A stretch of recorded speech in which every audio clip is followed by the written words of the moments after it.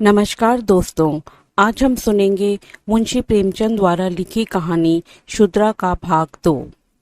इससे पहले हमने जाना किस तरह गौरा अपने पति मंगरू से मिलने के लिए एक बूढ़े ब्राह्मण के साथ घर से निकल पड़ती है। आइए जानते हैं इसके आगे की कहानी।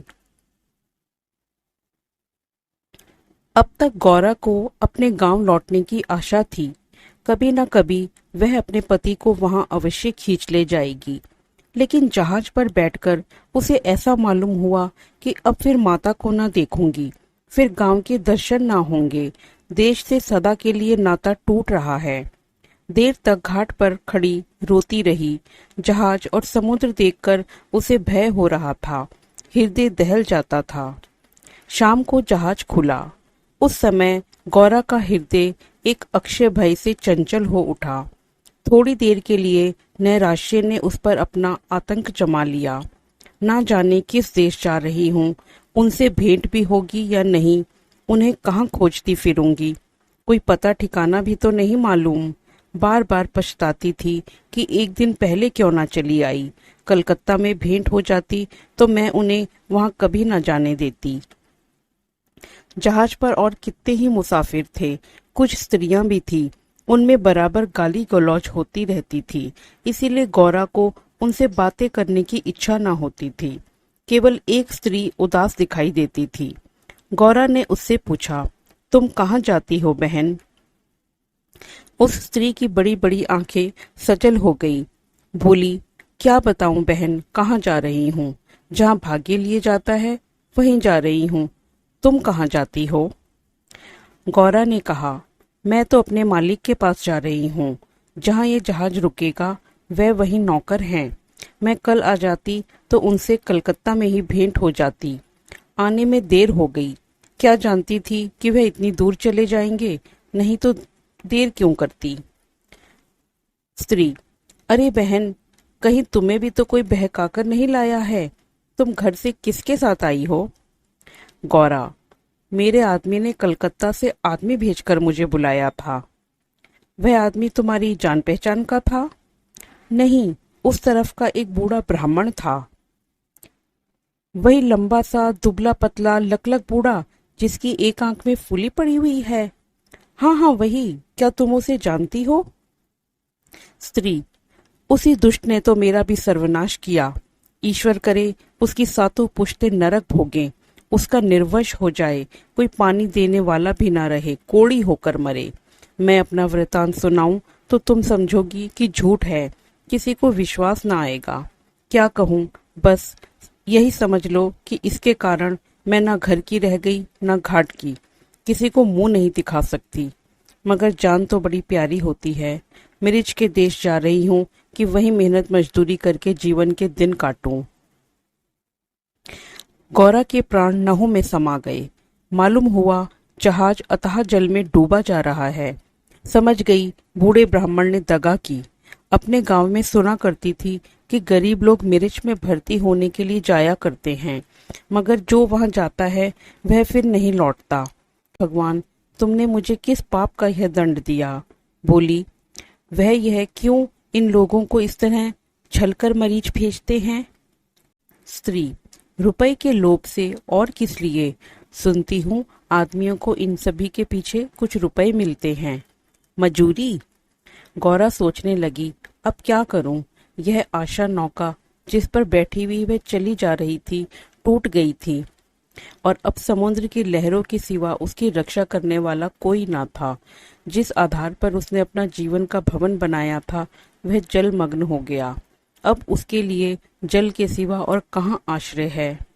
उसे अपनी माता की, अपने घर की, गांव की, सहेलियों की याद आती और ऐसी घोर मर्म वेदना होने लगती मानो कोई सर्प अंतस्थल में बैठा हुआ बार बार डस रहा हो। भगवान, अगर मुझे यही यातना देनी थी तो तुमने मुझे जन्म ही क्यों दिया था? तुम्हें दुखिया पर दया नहीं आती? जो पीसे हुए हैं उन्हीं को पीसते हो। करुण स्वर से बोली, तो अब क्या करना होगा बहन? यह तो वहां पहुंचकर ही मालूम होगा। अगर मजूरी ही करनी पड़ी तो कोई बात नहीं, लेकिन अगर किसी ने कुदृष्टि से देखा तो मैंने निश्चय कर लिया है कि या तो उसी के प्राण ले लूंगी या अपने प्राण दे दूंगी। यह कहते कहते उसे अपना वृतांत सुनाने की वह उत्कट इच्छा हुई जो दुखियों को हुआ करती है। बोली, मैं बड़े घर की बेटी और उससे भी बड़े घर की बहू हूँ, पर अभागिनी। विवाह के तीसरे ही साल पतिदेव का देहांत हो गया। चित्त की कुछ ऐसी दशा हो गई कि नित्य मालूम होता था वह मुझे बुला रहे हैं।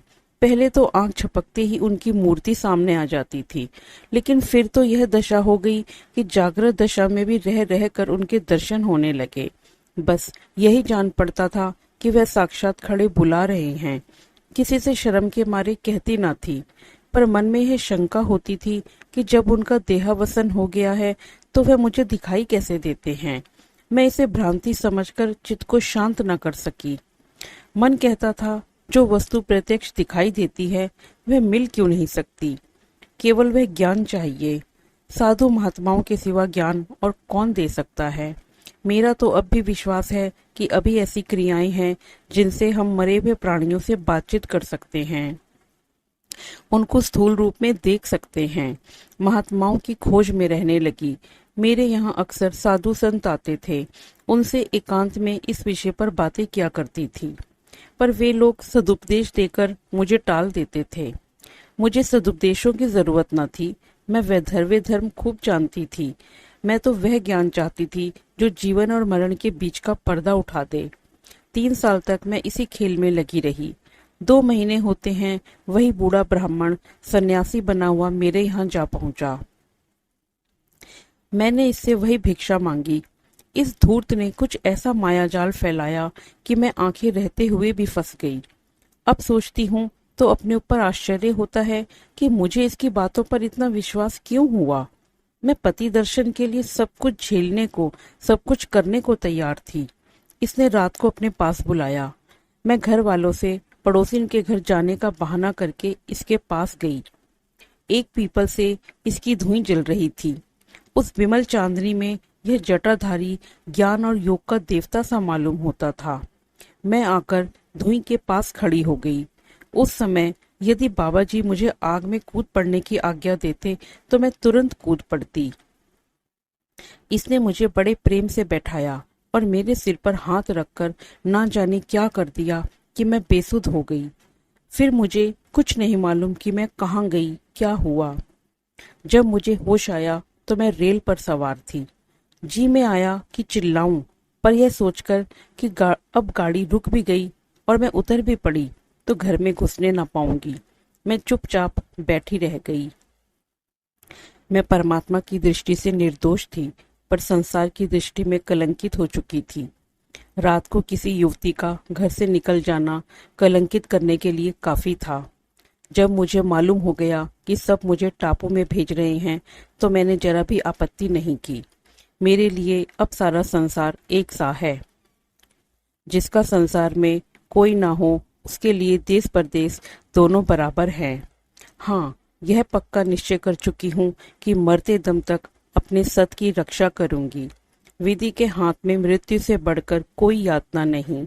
विधवा के लिए मृत्यु का क्या भय, उसका तो जीना और मरना दोनों बराबर है, बल्कि मर जाने से जीवन की विपत्तियों का अंत तो हो जाएगा। गौरा ने सोचा, इस स्त्री में कितना धैर्य और साहस है, फिर मैं क्यों इतनी कातर और निराश हो रही हूँ।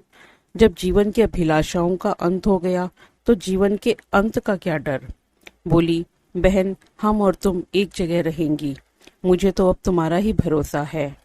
स्त्री ने कहा, भगवान का भरोसा रखो और मरने से मत डरो। सघन अंधकार छाया हुआ था। ऊपर काला आकाश था, नीचे काला जल। गौरा आकाश की ओर ताक रही थी, उसकी संगिनी जल की ओर। उनके सामने आकाश के कुसुम थे, उसके चारों ओर अनंत अखंड अपार अंधकार था। जहाज से उतरते ही एक आदमी ने यात्रियों के नाम लिखने शुरू किए। इसका पहनावा तो अंग्रेजी था, पर बातचीत से हिंदुस्तानी मालूम होता था। गौरा सिर झुकाए अपनी संगिनी के पीछे खड़ी थी। उस आदमी की आवाज सुनकर वह चौंक पड़ी। उसने दबी आंखों से उसकी ओर देखा।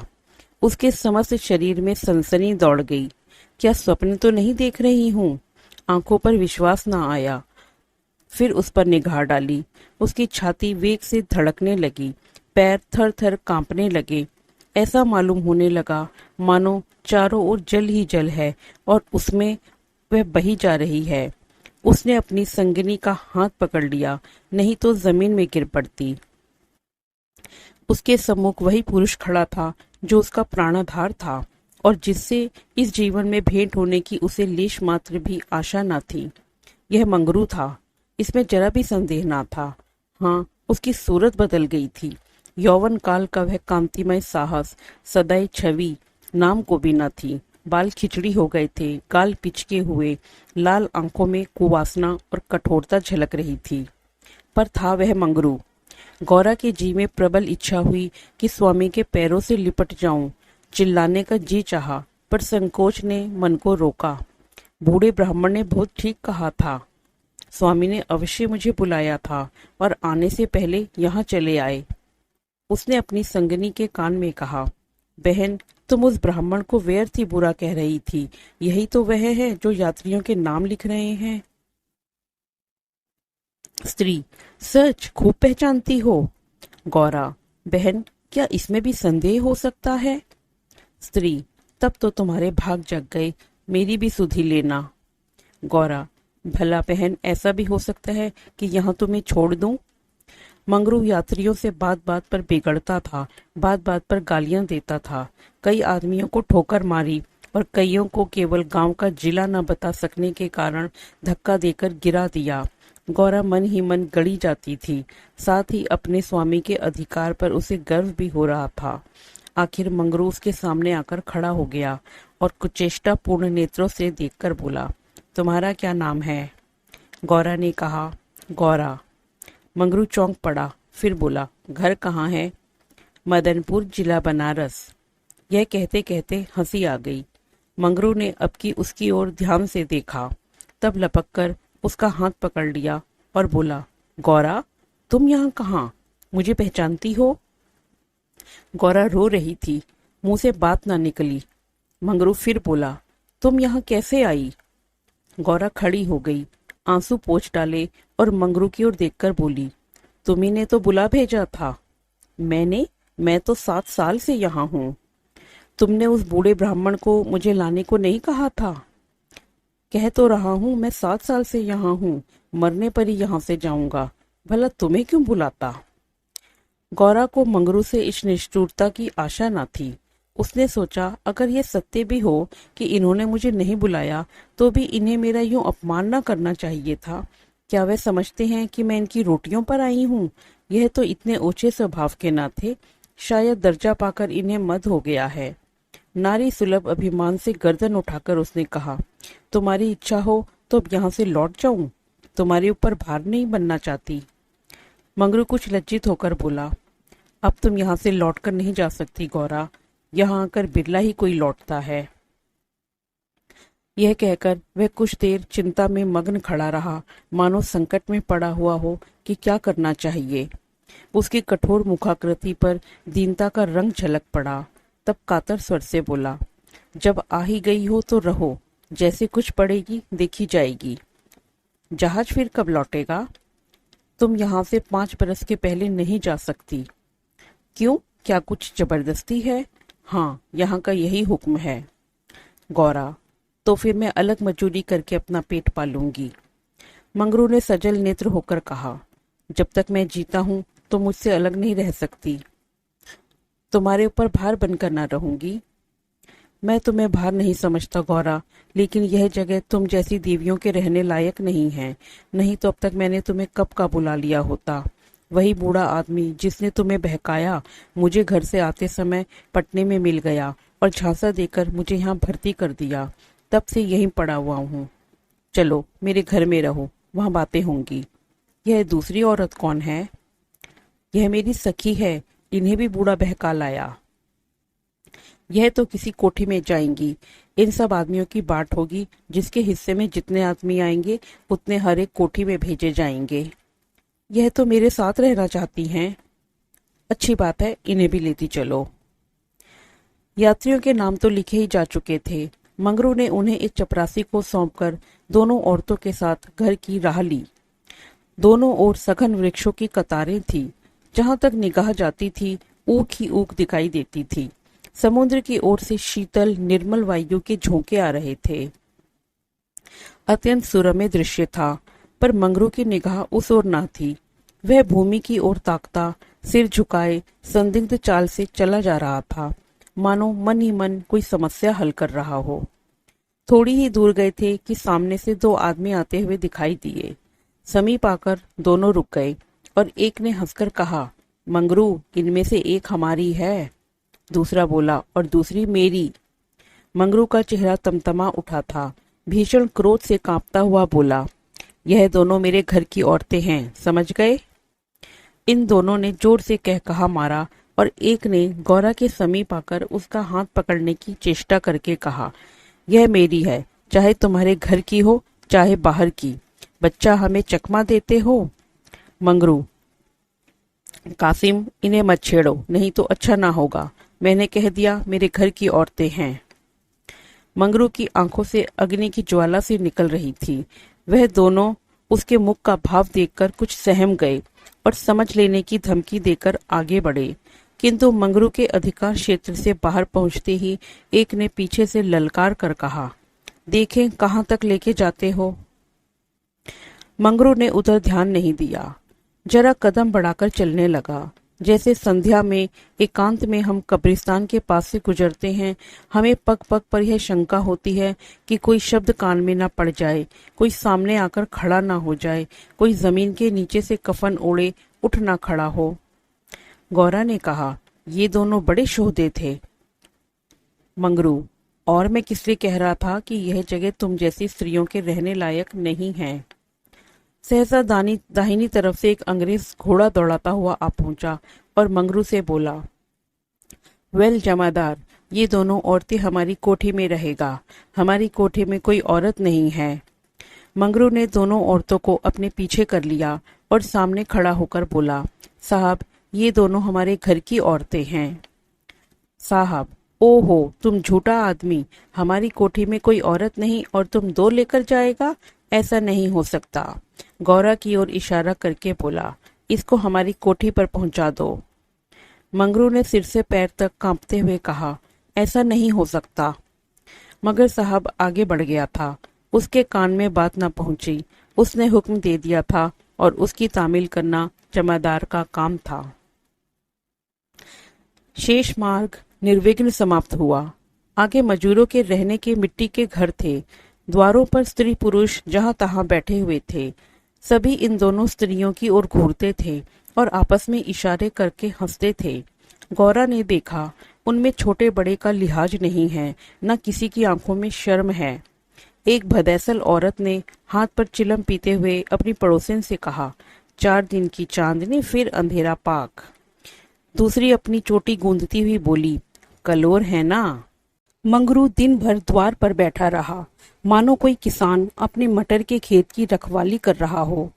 कोठरी में दोनों स्त्रियां बैठी अपने नसीबों को रो रही थी। इतनी देर में दोनों को यहाँ की दशा का परिचय कराया गया था। दोनों भूखी प्यासी बैठी थी। यहाँ का रंग देखकर भूख प्यास सब भाग गई थी। रात के 10 बजे होंगे कि एक सिपाही ने आकर मंगरू से कहा, चलो, तुम्हें जंड साहब बुला रहे हैं।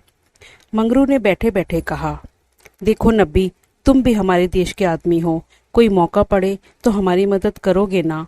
जाकर साहब से कह दो मंगरू कहीं गया है, बहुत होगा जुर्माना कर देंगे। नब्बी, ना भैया, गुस्से में भरा बैठा है, पिए हुए है, कहीं मार चले तो बस, चमड़ा इतना मजबूत नहीं है। मंगरू, अच्छा तो जाकर कह दो नहीं आता। नब्बी, मुझे क्या, जाकर कह दूंगा, पर तुम्हारी खैरियत नहीं है कि बंगले पे चला। यही वह साहब थे जिनसे आज मंगरू की भेंट हुई थी। मंगरू जानता था कि साहब से बिगाड़ करके यहाँ एक क्षण भी निर्वाह नहीं हो सकता। जाकर साहब के सामने खड़ा हो गया। साहब ने दूर से ही डांटा, वह औरत कहाँ है? तुमने उसे अपने घर में क्यों रखा है? मंगरू, हुजूर, वह मेरी ब्याहता औरत है। अच्छा, वह दूसरा कौन है? वह मेरी सगी बहन है हुजूर। हम कुछ नहीं जानता, तुमको लाना पड़ेगा, दो में से कोई एक। मंगरू पैरों पर गिर पड़ा और रो रो कर अपनी सारी राम कहानी सुना गया, पर साहब जरा भी ना पसीजे। अंत में वह बोला, हुजूर, वह दूसरी औरतों की तरह नहीं है, अगर यहाँ आ भी गई तो प्राण दे देंगी। साहब ने हंसकर कहा, जान देना इतना आसान नहीं है। नब्बी, मंगरू, अपनी दाव पर रोते क्यों हो? तुम हमारे घर नहीं घुसते थे, अब भी जब घात पाते हो जा पहुंचते हो, अब क्यों रोते हो? एजेंट, ओ, यह बदमाश है, अभी जाकर लाओ, नहीं तो हम तुमको हंटरों से पीटेगा। हुजूर, जितना चाहे पीट लें, मगर मुझसे यह काम करने को ना कहें जो मैं जीते जी नहीं कर सकता। एजेंट, हम 100 हंटर मारेगा। हुजूर, 1000 हंटर मार ले, लेकिन मेरे घर की औरतों से ना बोले। एजेंट नशे में चूर था। हंटर लेकर मंगरू पर पिल पड़ा और लगा सड़ासड़ जमाने। 10-12 कोड़े मंगरू ने धैर्य के साथ सहे, फिर हाय हाय करने लगा। देह की खाल फट गई थी और मांस पर चाबुक पड़ता था तो बहुत जब्त करने पर भी कंठ से आर्त ध्वनि निकल आती थी। अभी 100 में कुछ 15 चाबुक पड़े थे। रात के 10 बज गए थे। चारों ओर सन्नाटा छाया था और उस नीरव अंधकार में मंगरू का करुण विलाप किसी पक्षी की भांति आकाश में मंडरा रहा था।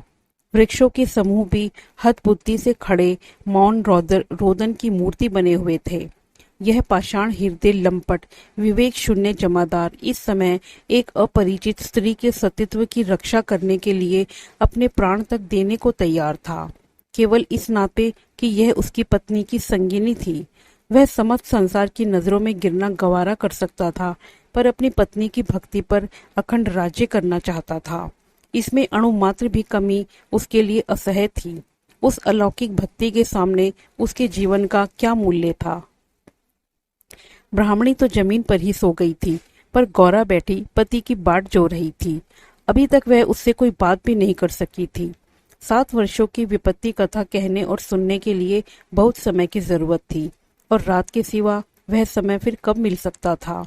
उसे ब्राह्मणी पर कुछ क्रोध सा आ रहा था कि यह क्यों मेरे गले का हार हुई, इसी के कारण तो वह घर में नहीं आ रहे हैं। यकायक वह किसी का रोना सुनकर चौंक पड़ी। भगवान, इतनी रात गए, कौन दुख का मारा रो रहा है? अवश्य कोई कहीं मर गया है। वह उठकर द्वार पर आई और यह अनुमान करके कि मंगरू यहाँ बैठा हुआ है, बोली, वह कौन रो रहा है, जरा देखो तो। लेकिन जब कोई जवाब न मिला तो वह स्वयं कान लगाकर सुनने लगी। सहसा उसका कलेजा धक से हो गया। यह तो उन्हीं की आवाज है। अब आवाज साफ सुनाई दे रही थी। मंगरू की आवाज थी। वह द्वार के बाहर निकल आई। उसके सामने एक गोली के अंपे पर एजेंट का बंगला था। उसी तरफ से आवाज आ रही थी, कोई उन्हें मार रहा है। आदमी मार पड़ने पर ही इस तरह रोता है। मालूम होता है वही साहब उन्हें मार रहा है। वह वहां खड़ी न रह सकी, पूरी शक्ति से उस बंगले की ओर दौड़ी। रास्ता साफ था। एक क्षण में वह फाटक पर पहुंच गई। फाटक बंद था। उसने जोर से फाटक पर धक्का दिया, लेकिन वह फाटक न खुला, और कई बार जोर जोर से पुकारने पर भी कोई बाहर ना निकला। तो वह फाटक के जंगलों पर पैर रखकर भीतर कूद पड़ी, और उस पार जाते ही उसने एक रोमांचकारी दृश्य देखा। मंगरू नंगे बदन बरामदे में खड़ा था और एक अंग्रेज उसे हंटरों से मार रहा था। गौरा की आंखों के सामने अंधेरा छा गया। वह एक छलांग में साहब के सामने जाकर खड़ी हो गई और मंगरू को अपने अक्षय प्रेम सबल हाथों से ढांक कर बोली, सरकार, दया करो, इनके बदले मुझे जितना मार लो, पर इनको छोड़ दो। एजेंट ने हाथ रोक लिया और उन्मत्त की भांति गौरा की ओर कई कदम आकर बोला, हम इसको छोड़ दें तो तुम मेरे पास रहेगा? मंगरू के नथुने फड़कने लगे। यह पामर नीच अंग्रेज मेरी पत्नी से इस तरह की बातें कर रहा है। अब तक वह जिस अमूल्य रत्न की रक्षा के लिए इतनी यातनाएं सह रहा था, वही वस्तु साहब के हाथ में चली जा रही थी। यह असह्य था। उसने चाहा कि लपककर साहब की गर्दन पर चढ़ बैठूं। जो कुछ होना है हो जाए, यह अपमान सहने के बाद जीकर ही क्या करूंगा। लेकिन नब्बी ने उसे तुरंत पकड़ लिया और कई आदमियों को बुलाकर उसके हाथ पांव बांध दिए। मंगरू भूमि पर छटपटाने लगा। गौरा रोती हुई साहब के पैरों पर गिर पड़ी और बोली, हुजूर, इन्हें छोड़ दें, मुझ पर दया करें। एजेंट, तुम हमारे पास रहेगा? गौरा ने खून का घूंट पीकर कहा। हाँ, रहूंगी। बाहर मंगरू बरामदे में पड़ा करहा रहा था। उसकी देह में सूजन थी और घावों में जलन। सारे अंग जकड़ गए थे, हिलने की भी शक्ति ना थी। हवा घावों में शर के समान चुभती थी, लेकिन यह वह था, वह सह सकता था। असह यह था कि साहब गौरा के साथ इसी घर में विहार कर रहा है और मैं कुछ नहीं कर सकता। उसे अपनी पीड़ा भूल सी गई। कान लगाए सुन रहा था कि उनकी बातों की भनक कान में पड़ जाए तो देखूं क्या बातें हो रही हैं। गौरा अवश्य चिल्लाकर भागेगी और साहब उसके पीछे दौड़ेगा। अगर मुझसे उठा जाता तो उस वक्त बच्चा को खोदकर गाड़ ही देता। लेकिन बड़ी देर हो गई, न तो गौरा चिल्लाई न बंगले से निकलकर भागी।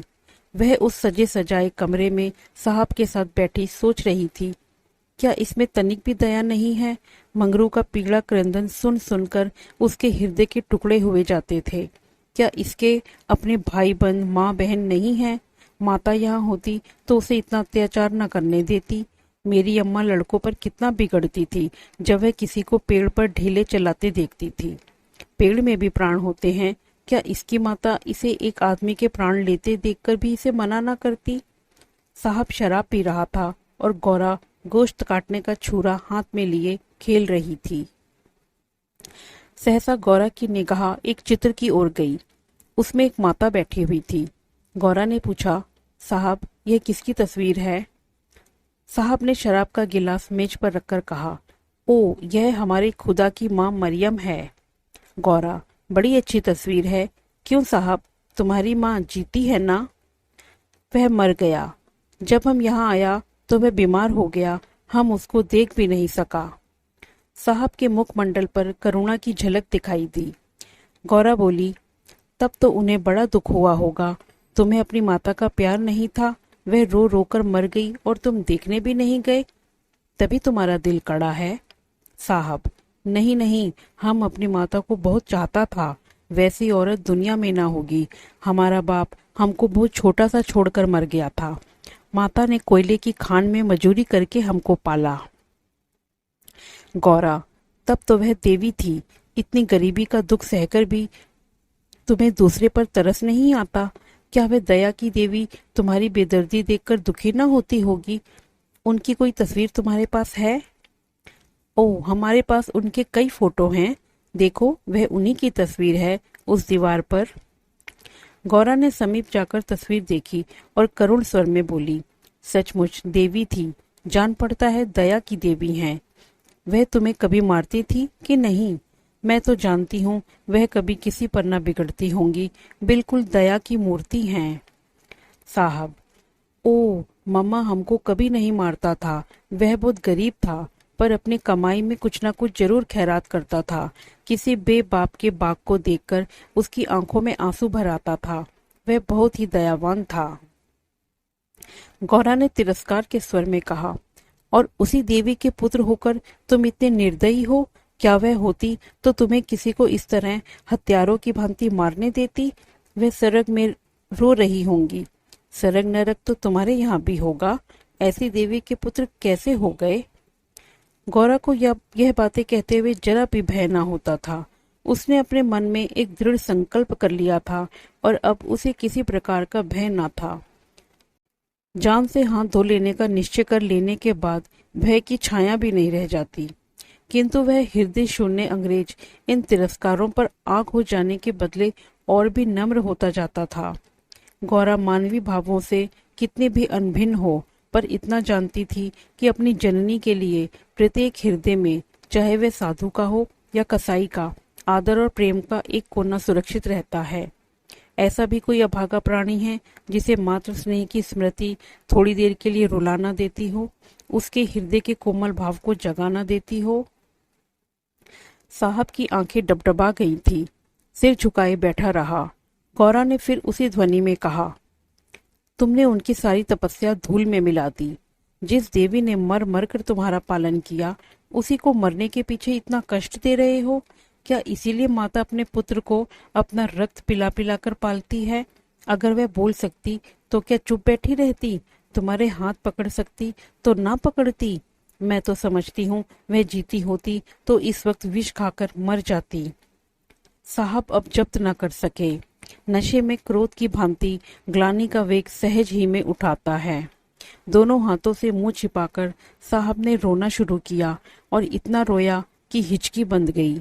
माता के चित्र के सम्मुख जाकर वह कुछ देर तक खड़ा रहा, मानो माता से क्षमा मांग रहा हो। तब आकर आर्द्र कंठ से बोला, हमारे माता को अब कैसे शांति मिलेगा? हमारे सबब से उसको स्वर्ग में भी सुख नहीं मिला। हम कितना अभागा है। गौरा, अभी जरा देर में तुम्हारा मन बदल जाएगा और फिर तुम दूसरों पर अत्याचार करने लगोगे। साहब, नहीं नहीं, अब हम मम्मा को कभी दुख नहीं देगा।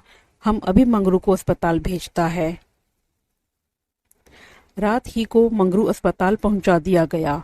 एजेंट खुद उसको पहुंचाने आया। गौरा भी उसके साथ थी। मंगरू को ज्वर हो आया था, बेहोश पड़ा हुआ था। मंगरू ने 3 दिन आंखें ना खोली और गौरा तीनों दिन उसके पास बैठी रही, एक क्षण के लिए भी वहां से ना हटी। एजेंट भी कई बार हालचाल पूछने आता और हर मर्तबा गौरा से क्षमा मांगता। चौथे दिन मंगरू ने आंखें खोली तो देखा गौरा सामने बैठी हुई है। गौरा उसे आंखें खोलते देखकर पास आकर खड़ी हो गई और बोली, अब कैसा जी है? मंगरू ने कहा, तुम यहाँ कब आई? गौरा, मैं तो तुम्हारे साथ ही यहाँ आई थी, तब से यहीं हूँ। मंगरू, साहब के बंगले में क्या जगह नहीं है? गौरा, अगर बंगले की चाह होती तो 7 समुंदर पार तुम्हारे पास क्यों आती? मंगरू, आकर कौन सा सुख दे दिया है? तुम्हें यही करना था तो मुझे मर क्यों न जाने दिया? गौरा ने झुंझला कर कहा, तुम इस तरह की बातें मुझसे न करो, ऐसी बातों से मेरी देह में आग लग जाती है। मंगरू ने मुंह फेर लिया, मानो उसे गौरा की बात पर विश्वास नहीं आया। दिन भर गौरा मंगरू के पास बेदाना पानी खड़ी रही। गौरा ने कई बार उसे बुलाया, लेकिन वह चुप्पी साधे रह गया। यह संदेह युक्त निरादर कोमल हृदय गौरा के लिए असह्य था। जिस पुरुष को वह देवतुल्य समझती थी, उसके प्रेम से वंचित होकर वह कैसे जीवित रह सकती थी? यही प्रेम उसके जीवन का आधार था। उसे खोकर अब वह अपना सर्वस्व खो चुकी थी। आधी रात से अधिक बीत चुकी थी। मंगरू बेखबर सोया हुआ था। शायद वह कोई स्वप्न देख रहा था। गौरा ने उसके चरणों पर सिर रखा और अस्पताल से निकली। मंगरू ने उसका परित्याग कर दिया था। वह भी उसका परित्याग करने जा रही थी। अस्पताल के पूर्व दिशा में 1 फरलांग पर एक छोटी सी नदी बहती थी। गौरा उसके कगार पर खड़ी हो गई। अभी कई दिन पहले वह अपने गांव में आराम से पड़ी हुई थी। उसे क्या मालूम था कि जो वस्तु इतनी मुश्किल से मिल सकती है, वह इतनी आसानी से खोई भी जा सकती है। उसे अपनी माँ की, अपने घर की, अपनी सहेलियों की, अपनी बकरी के बच्चों की याद आई। वह सब कुछ छोड़कर इसीलिए यहाँ आई थी। पति के ये शब्द, क्या साहब के बंगले में जगह नहीं है, उसके मर्म स्थान में बाणों के समान चुभे हुए थे। यह सब मेरे ही कारण तो हुआ। मैं न रहूंगी तो वह फिर आराम से रहेंगे। सहसा उसे ब्राह्मणी की याद आ गई। उस दुखिया के दिन यहाँ कैसे कटेंगे? चलकर साहब से कह दूं कि उसे या तो उसके घर भेज दें या किसी पाठशाला में काम दिला दें। वह लौटना ही चाहती थी कि किसी ने पुकारा, गौरा, गौरा। वह मंगरू का करुण कंपित स्वर था। वह चुपचाप खड़ी हो गई। मंगरू ने फिर पुकारा, गौरा, गौरा, तुम कहाँ? मैं ईश्वर से कहता हूँ कि। गौरा ने और कुछ न सुना। वह धम से नदी में कूद पड़ी। बिना अपने जीवन का अंत किए वह स्वामी की विपत्ति का अंत ना कर सकती थी। धमाके की आवाज सुनते ही मंगरू भी नदी में कूदा। वह अच्छा तैराक था, मगर कई बार गोते मारने पर भी गौरा का कहीं पता न चला। प्रातःकाल दोनों लाशें साथ साथ नदी में तैर रही थी। जीवन यात्रा में उन्हें वह चिरसंग कभी ना मिला था। स्वर्ग यात्रा में दोनों साथ साथ जा रहे थे। तो दोस्तों, ये थी कहानी शुद्रा। आशा करती हूँ आपको ये कहानी पसंद आई होगी। इसे लाइक कीजिए, शेयर कीजिए और सब्सक्राइब कीजिए। धन्यवाद।